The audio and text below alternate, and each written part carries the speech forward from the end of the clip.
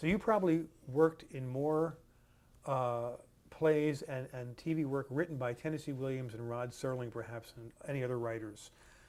I think that's true. What was Rod Serling like on the set and off the set? Describe him, if you would. Well, he was always sort of with us, which was very nice, I must say. Um, Also, he was interestingly sort of aware of what he didn't do. Because I mentioned it once on one of the shows that I did with him. There were many, and I got to know him quite well, actually, because we would sometimes meet away from the studio. But that he sort of always underwrote women in the plays, the scripts that he'd done. Underwrote. Underwrote.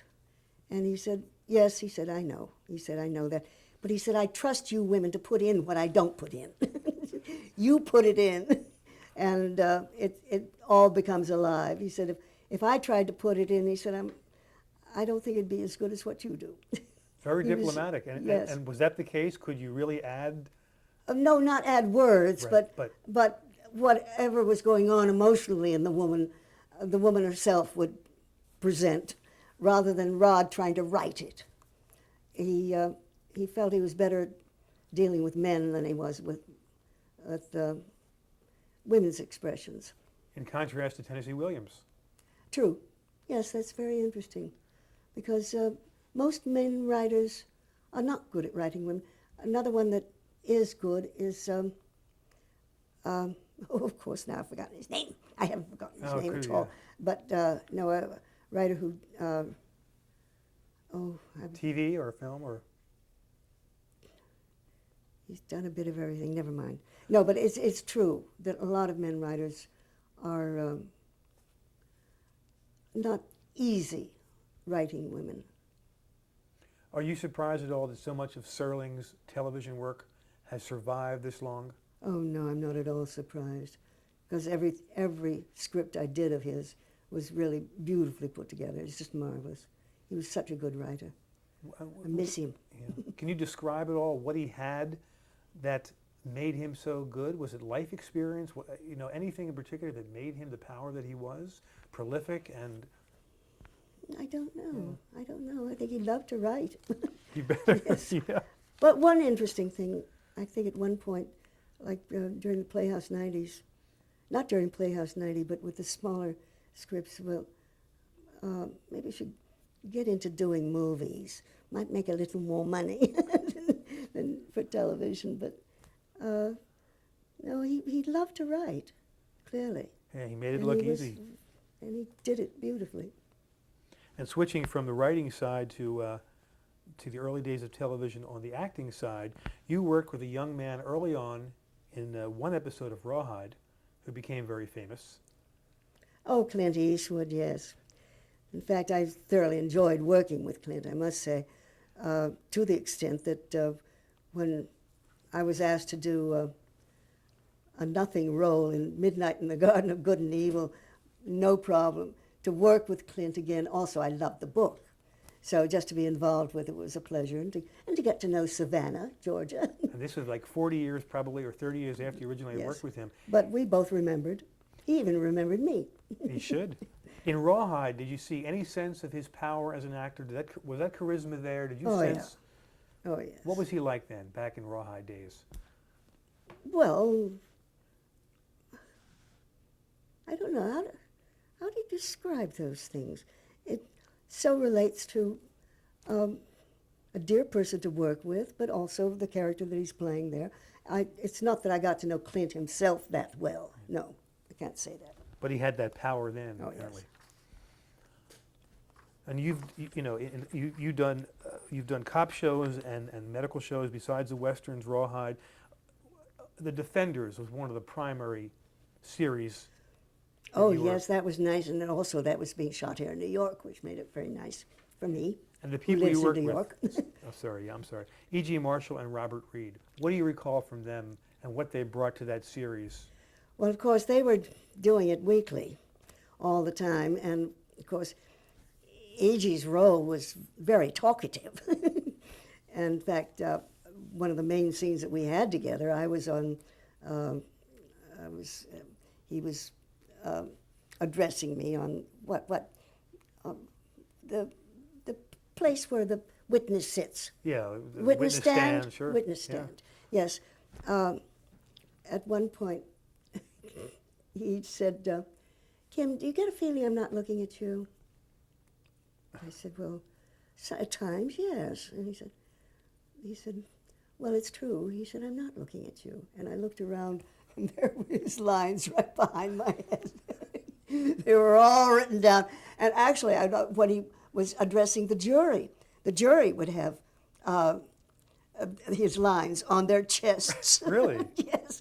Well, he had so much to learn in no time at all. Wow. I mean, he learned what he was about, God knows, and he knew what the lines were going to be, but Right. to memorize them day after day after day after day would have driven him crazy. So he made the best of it the best way he could. And Robert Reed, much memory of him from the Defenders? No, except I do remember him saying that he thinks he's had this sort of thing.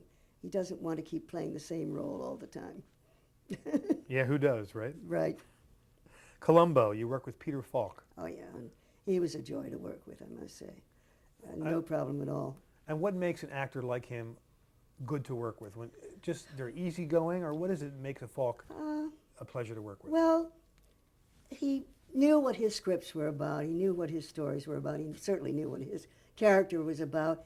And he wanted them all to work and to work well. And he was easy in terms of dealing with the people who would come and work with him. Just relaxed, because he wasn't nervous about what he was doing. So he shared his pleasures with us. Unselfish, I assume he was. Unselfish. Dr. Kildare, you had a chance to work on a two-parter there with Richard Chamberlain and Raymond Massey. Yeah, Is that I can't remember it very well. okay? I remember both guys and delight working with them. Of course, Raymond I worked with many years ago. 1963.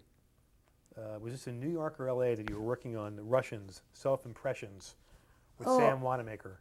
Oh yes, that was here in New York. There were 3 of those shows, I think, produced all by this man Simonowski, I think his name was. Right, Richard. Which had a wonderful idea of exploring the literature of different communities.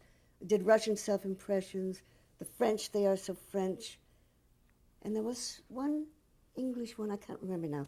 But at any rate, working Russian self-impressions, it was a section of the the book by Boris Boris, Pasternak, yeah. yes, Dr. Zhivago. Dr. Zhivago. I played Laura, and he played Zhivago, and it was just wonderful working with Sam, I must say. But also, we were stuck in one position on a bed, and for the whole scene, never to move. And Sam, they had the camera on us, and Sam thought, may I make a suggestion? Why don't you put the camera on a what do you call it? A dolly or a dolly or something or other, or one that goes up, crane. a crane, and keep going in a circle around us. So that it looks as if we're moving, but we're not, and it keeps it more alive, I think. And they did it, and it worked just fine. Amazing they would let an actor make that suggestion. Oh, well, Sam, of course, was also director. It wasn't a surprise coming from him. Good. And also that year, the end of '63, you were working on an Alfred Hitchcock hour, The Evil of Adelaide Winters. Oh, yes. And what happened when you were shooting Well, this in L.A. in We November were of shooting '63? in L.A., and somewhere, I can't remember what time of the day it was, but it was like mid-afternoon, something like that. At any rate, word came from some other stage studio. The word came through to us that John F. Kennedy had been shot and killed. And everybody, of course, was absolutely destroyed. And our director really wanted to just send everybody home. How can we work? How can we possibly? Well, the studio said, no way, you have all of this to do. And we actually worked, until midnight, I think it was, that night. But then we were given Monday off. And I think all of us were on the TV that whole time. But it was an extraordinary experience. Any contact with the Kennedys, by the way, in your career for either charitable reasons or acting reasons? Anything else with Jackie or with JFK Jr. or Robert? Well, at one point, somewhere I was, I can't remember now. I think when Bob was running for office, I got rather close to him. I can't think of where it was. Someplace in New England, I think. Yes. Maybe shook his hand, but no, I have not. I did not know them, any of them. Something groundbreaking you worked on, 1964, a special series. That was the week that was. Oh, that was the week it was, yes. What was Yes. it about that that made it special? Oh, well, it was a big hit in England as a show and was brought to this country. Leland Hayward, I think, was the producer. And my husband, Bob Emmett, was the chief writer for it. And so we lived with that for, I guess, almost a year. I'm not sure. It went on just marvelously. Actually, I think I was on the program once or twice. Once I think I read something that Mario Manis had written for the two senators at the press club. Something else I think I did once, I don't know. But that was very much a part of our lives because it was on every Friday night. And It was a come music. Saturday, Bob would start working on the next week. It was almost like Saturday Night Live in a sense. It was musical, political satire. Yes, it was. Satire was its origin and its meaning. And then, I don't know, later on, about 6 months later, who the head people or what have you started thinking, oh, we should have more comedy in here. Let's get more comedy in. And so they started bringing in comedy writers instead of satirical writers. And I think Bob finally got a little bored with it and left. It's too bad it's gone. It really was unique. Yes. Maybe we should go back to, Edge of Night, you spoke about before. But do you remember the Emmy nomination before that you received for working on, I guess it was Beretta? Oh, yes. You played, it was called Crazy Annie. Crazy Annie. As an old lady who was beggar. That was fun. I enjoyed doing that. What do you think was about that role that got you to the Emmy nomination? You played so many roles. Because it was kooky. It was different. It was, 1 second, right on cue. Now that's funny. It should be only chiming once, but it's... Okay, let's talk about that Emmy nomination in 1976 for Beretta. What did that mean for you this far along in your career? oh, well, it was very nice to get a nomination, and it was a crazy role, Crazy Annie, and a lot of fun to do, and certainly different from most things that I'd done, so I wasn't surprised when I got a nomination. But I don't know. I'm sorry to say that awards don't mean that much to me. I mean, it's nice to be recognized, and that's it as far as I'm concerned. Because you got the Emmy Award later on in 79 or 80 for Edge of Night. Well, did I get the award or was I just nominated? I think there was some strange sort of thing that was going on It was a in the nomination, Academy. you're right, yeah. Yeah, and I can't remember what the problem was, but I think they just ended up nominations. From Edge of Night days, by the way, the people that you remember working with, John Sedgwick, the director, or any of the writers or actors come to mind? Margaret Collin? No, not terribly. I do remember talking to the extras, saying that they enjoyed working on Edge of Night more than any of the other shows, and they worked on everything they could work on. Why? Because the whole rehearsal period was so organized, and everybody was really, they felt that that Edge of Night was being put together better than any of the other shows. And it was a joy to work with everybody, the director and the works. Yeah, it must have been like an assembly line in the best sense. And I think so. Skokie, remember work?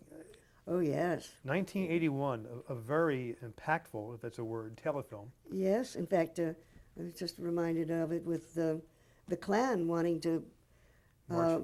behave themselves here in New York. Skokie was about the same problem of a community against what the marchers were for. And why shouldn't both sides have their way to express themselves And without big battles and fights and what have you? Danny Kaye, I don't recall doing much television at all of this kind. What No, was, but that was almost his first sort of true role in which he wasn't also singing and doing all sorts of other things. And it was fun working with Danny. In fact, I was playing his wife, a German Jew who had not really learned English very well yet. He had, because he'd been working, in the Chicago area. So I worked very hard trying to get the accent going and thinking that Danny would help me because everyone knew he had all kinds of accents. I got there, he didn't have an accent at all, didn't know have any answers to what I was asking. It was very funny. And gradually he said to the director, he said, well, maybe I should have some sort of an accent too, that I couldn't have lost it totally. And so he finally brought in a little bit of an accent himself. But oh no, Danny was just a great guy. yeah, that dramatic role stands out. I didn't realize he had done much of those at all. Right. And the FDR TV movie. Oh, Were you- Backstairs at the White House? Was that? Well, the last year was one of them, and you played also later on. Oh. A lot of things you had done with Herbert Oh, Brott. Backstairs at the White House was Wilson, I think. Right. Uh, And this was the FDR with Eileen Heckert, yes. and you played, you recall? I don't remember her name, but Yeah, it the was mistress, his yeah. mistress, yes. Lucy Rutherford. Yes. Yes. Herbert Brodkin produced that. Yeah. A lot of things that you worked on in television. Much of a sense of him? Do you recall much about Herb Brodkin? No, except that all of his shows were good. They were. His name was always connected Yes. with class. And you more or less knew they were going to be if you saw his name there. For 11 years, it seemed, you didn't work in films. Back in '87, it looks like you came back into Kindred. Was it because you were so busy in television at that time, through the Television. '80s? Theater, and I don't know, I think gradually as time went on, not only getting older, there are less roles for older women, but also I'm less open to anything that comes along as the years go by. Choosier. I want choosier, put it that way. But a combination of the two things, yes, would close things off to a certain extent. And then every now and then it happens like crazy, like just recently. I've done, I don't know, about 5 films. One has been on, Blue Moon, that was on television. We made up in Nova Scotia. But then the Russian thing, Out of the Cold, or whatever it's called, with Keith Carradine. And we're going to come back to that in a second. I'm going to keep you back in the '80s for one Oh, more all right. minute if I I'm sorry. can, because another tremendously prestigious work in 1985, American Playhouse. You and Vanessa Redgrave. Three Sovereigns for Sarah. What was yes, that like? we made that up in Massachusetts. That was fascinating. Salem Witch Trials. Yes. Oh, yes. And marvelous script, I must say, because they took everything from actual documents. It was not a made-up script, this Three Sovereigns for Sarah. And all of us got ourselves very involved with it. And it was so nice to work with Vanessa. My goodness, she's not only a lovely actress, she's quite a lovely person, I must say. And Phyllis, we've been old friends for years. Phyllis Thaxter. Yes, Phyllis Thaxter. What does Redgrave bring? What did you see that she brought in that production that you worked on her with that was special, that makes her who she is, if you can describe it? Well, again, the best thing from any actor who is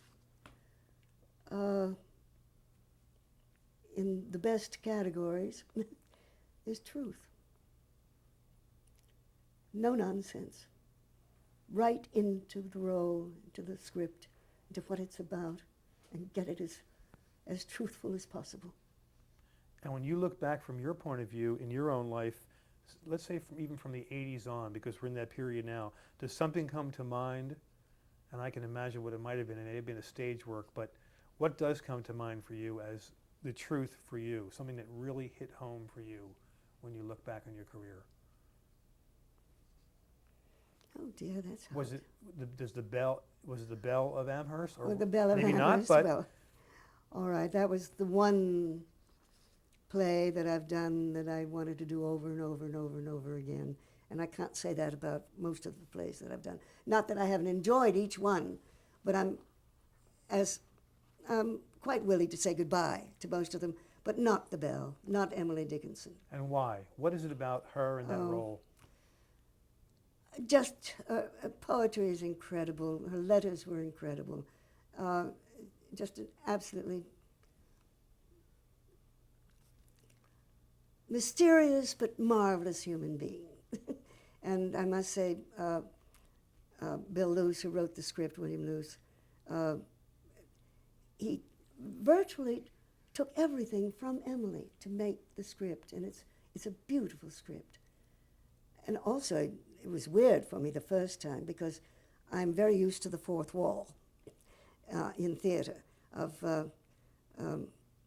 Yes, I am aware of the audience. Yes, I communicate to the audience, but I don't want to see them ever. And of course, with the Belle of Amherst, there's a lot of talking to the audience. It was very difficult for me at first, but after a while, it became very exciting.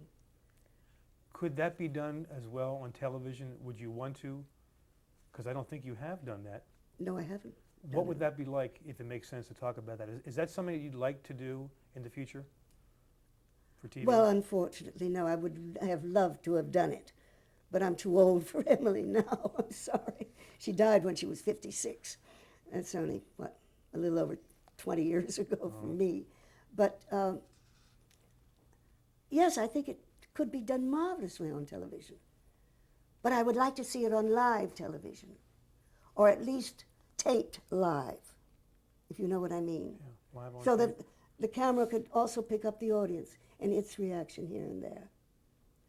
Because I've talked to so many people who said, poetry has never really interested them, but this play does, because it is so communicative. Her poems, the ones that are out there, And that they suddenly, oh, I must read some of her poems, but being spoken is extraordinary. now, do you still recall lines from poetry, from her poetry, from knowing her and doing her that come to mind now? I'm not good at that. I do want to put you on the spot. Okay. Let's talk about now the things that you're doing now. The movies. Oh, well, at the moment, Bob and I just finished doing, my husband, Bob Emmett, on Golden Pond, the play. It was originally a play, not a film. And a very good play, I must say, and we had a marvelous response to it at the New Jersey Repertory Theater in Long Branch, New Jersey. That we just finished doing, but I've got a bunch of films that are, two of them I know are still looking for distributors. Now, is Out of the Blue one of those, or? Out of the Blue? No, I think it's been released. Out of the Blue is the one that I made in, it was made in Estonia and St. Petersburg, Russia. With Keith Carradine? With Keith Carradine, yes. I haven't seen it, but I do want to see that. The other two, The Hiding Place was originally a play that I did do, its first production, up in Massachusetts. And the play itself had only two characters. A few more characters are in the film, but did it with Timothy Bottoms, the two of us. It's looking for a distributor. And then also this film that I did with Ernest Borgnine in Texas called Abilene.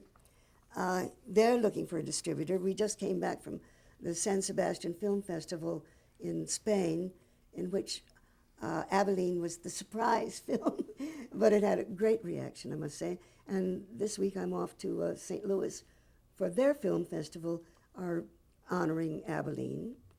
Then also did one up in Victoria, just this,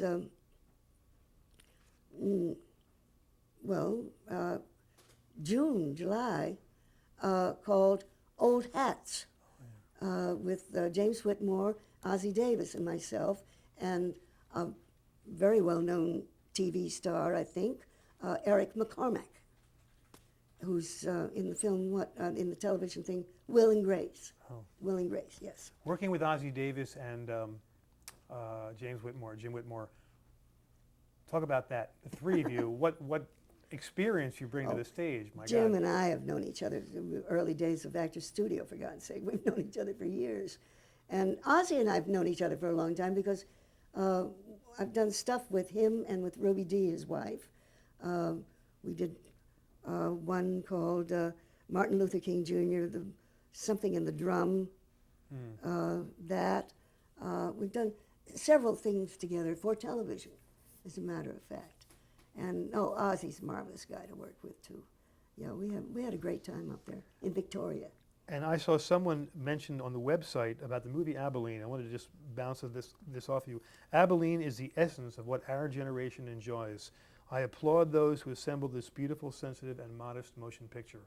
That was from somebody, I guess, of your age, the age of Ernest Borgnine. An elderly person, but yes. saying Because our it's Ernie and I rediscovering each other after all these years. What a great opportunity to make that. Yes. Yes, and that was interesting reaction to it in Spain, was that it was a very valid elderly love story, really. Why not? Of course. Yes. We have many of the same emotions as all those younger people do. You happened to work on the last show of a very popular series called L.A. Law. Oh, yes. Do you remember much about that? What was it like, and did it impact you at all working on what is considered the last episode? Did it really mean much as an actress? No, I don't. I'm not on the production end of it, so I don't think about things like that. Right. But no, it was a joy working on it. It was fun. Mad About You, another popular series you got a chance to work on. Oh, that was great. Why? Yeah, because that was more like live. Because they had a row of seats, I don't know, 200 people, something like that, that we started rehearsing on a Monday, but by Friday we were there shooting, actually shooting, and that's when the audience was there, and their response to it was just marvelous, because of course each scene was not done only once. It would be done twice, sometimes 3 times, depending on how well it went, but the audience would still respond as if it was the first time they'd seen it. They were marvelous. And of course, those 2 stars were Paul and great Helen. to work. Paul and Helen, indeed. What a great combination. I mean, here you're bringing a stage sensibility and a movie sensibility to the making of that TV show with the TV. audience. Yeah. Yeah. We're going to change tapes, and then we can sum up. Yes? Good.